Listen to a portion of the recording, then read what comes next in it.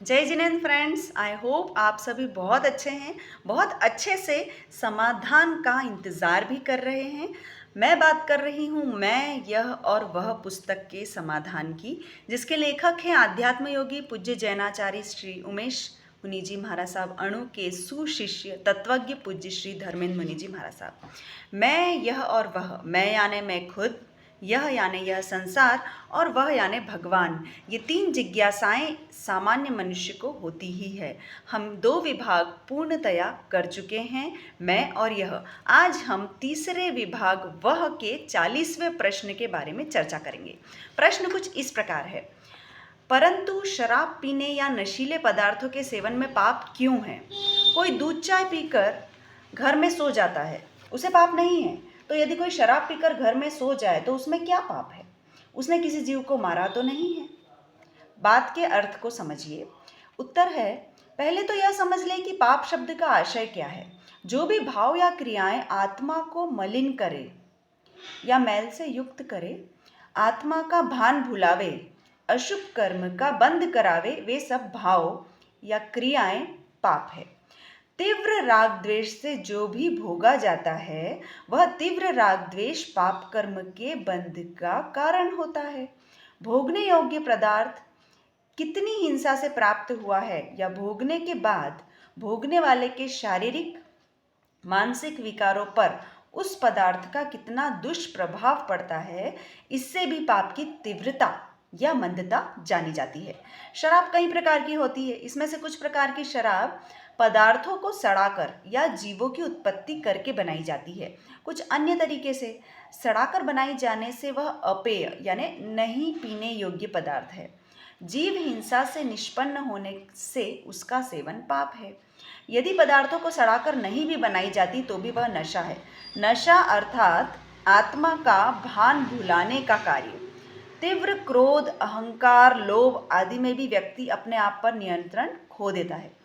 अतः ये भी पाप कहे गए हैं, भले ही मन में चल रहे हों, थोड़ी देर के लिए किए गए हों और अन्य का नुकसान नहीं किया गया हो। वस्तुतः पाप वही है जिस शारीरिक मानसिक आदि क्रिया में अपनी आत्मा का नुकसान किया, अपनी आत्मा का भान भुलाया। चूंकि शराब या किसी भी नशीले पदार्थ से जीव अपना भान भूलता है, अतः उसका सेवन पाप है। नशे में आत्मनियंत्रण तो दूर की बात, मानसिक नियंत्रण भी नहीं रह पाता है। शराबियों को नालियों में या गटरों में पड़े देखा जा सकता है। शराब या अन्य नशा करके नशेड़ी लोग हिंसा, बलात्कार, मारपीट, चोरी आदि करते हैं, पत्नी बच्चों को पीटते हैं। अर्थात इस पदार्थ के सेवन के बाद इसके प्रभाव से मनुष्य अनेक पाप क्रियाएं करता है, इसीलिए इसका सेवन पाप है।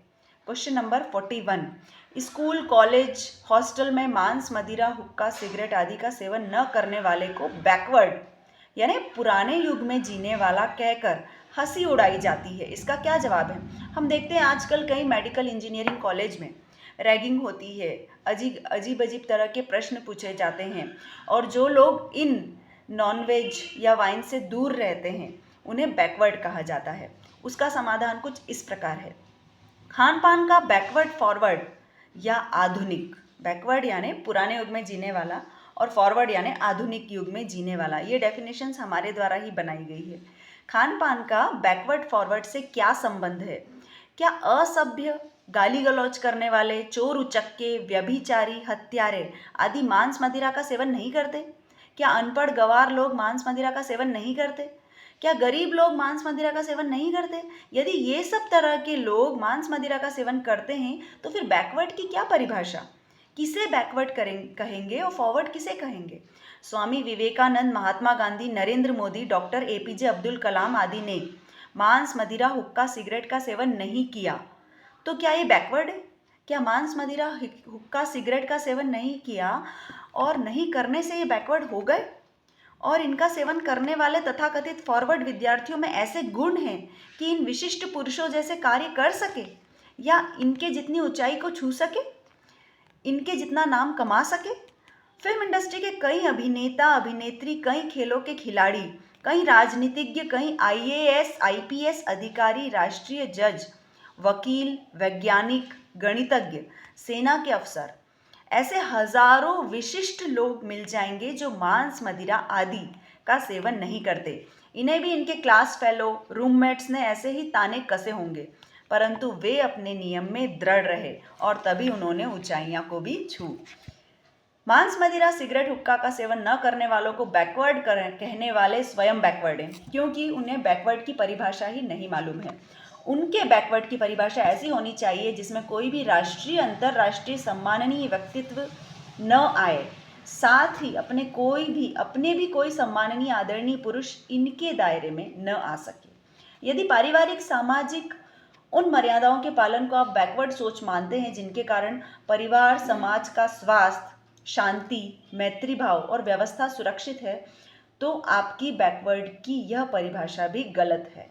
यदि इनके नियम मर्यादा तोड़ने में ही फॉरवर्ड पना है, तो देश के संविधान के नियमों का उल्लंघन करने वाले चोर, भ्रष्ट, व्यभिचारी, रिश्वतखोर आदि सबको फॉरवर्ड मानना पड़ेगा और भ्रष्टाचार, रिश्वतखोरी नहीं करके नियम मर्यादाओं का पालन करने वालों को बैकवर्ड मानना पड़ेगा।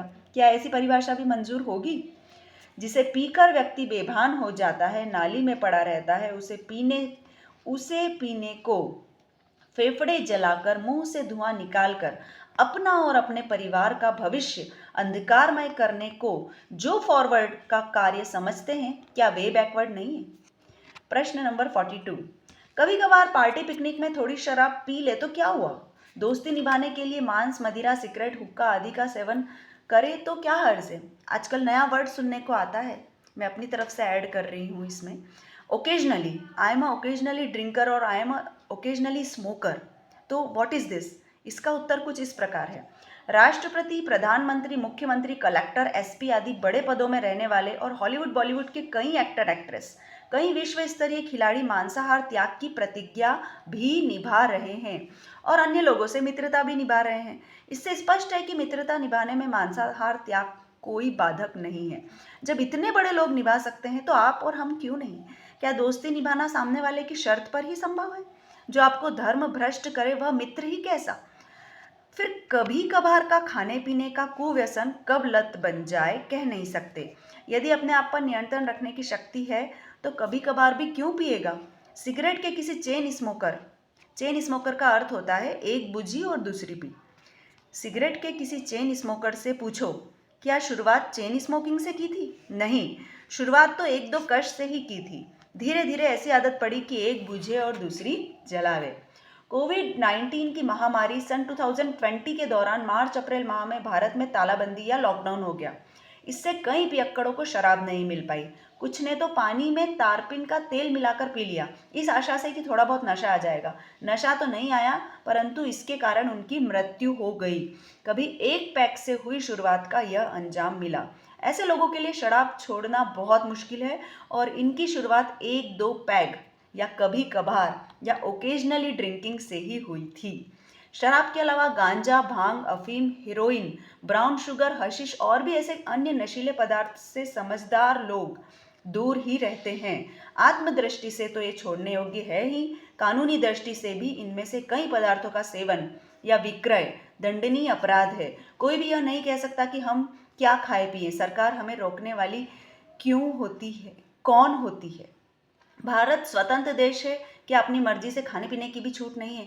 अब इस प्रश्न का उत्तर चाहिए तो सरकार, तथाकथित बुद्धिजीवियों या फॉरवर्ड लोगों से ही पूछना चाहिए। आई होप आप सभी का सॉल्यूशन आप लोगों को मिल गया होगा। और जो लोग भी मेरा वीडियो देख रहे हैं, कमेंट बॉक्स में लिखकर ज़रूर बताना कि आपको इस वीडियो में क्या नई जानकारी मिली, क्या ऐसी जानकारी जो आपको पहले से पता थी और कौन सी बात अभी तक आपको समझ में नहीं आई। Thank you. जय जिनेंद्र। हंसते रहिए, मुस्कुराते रहिए।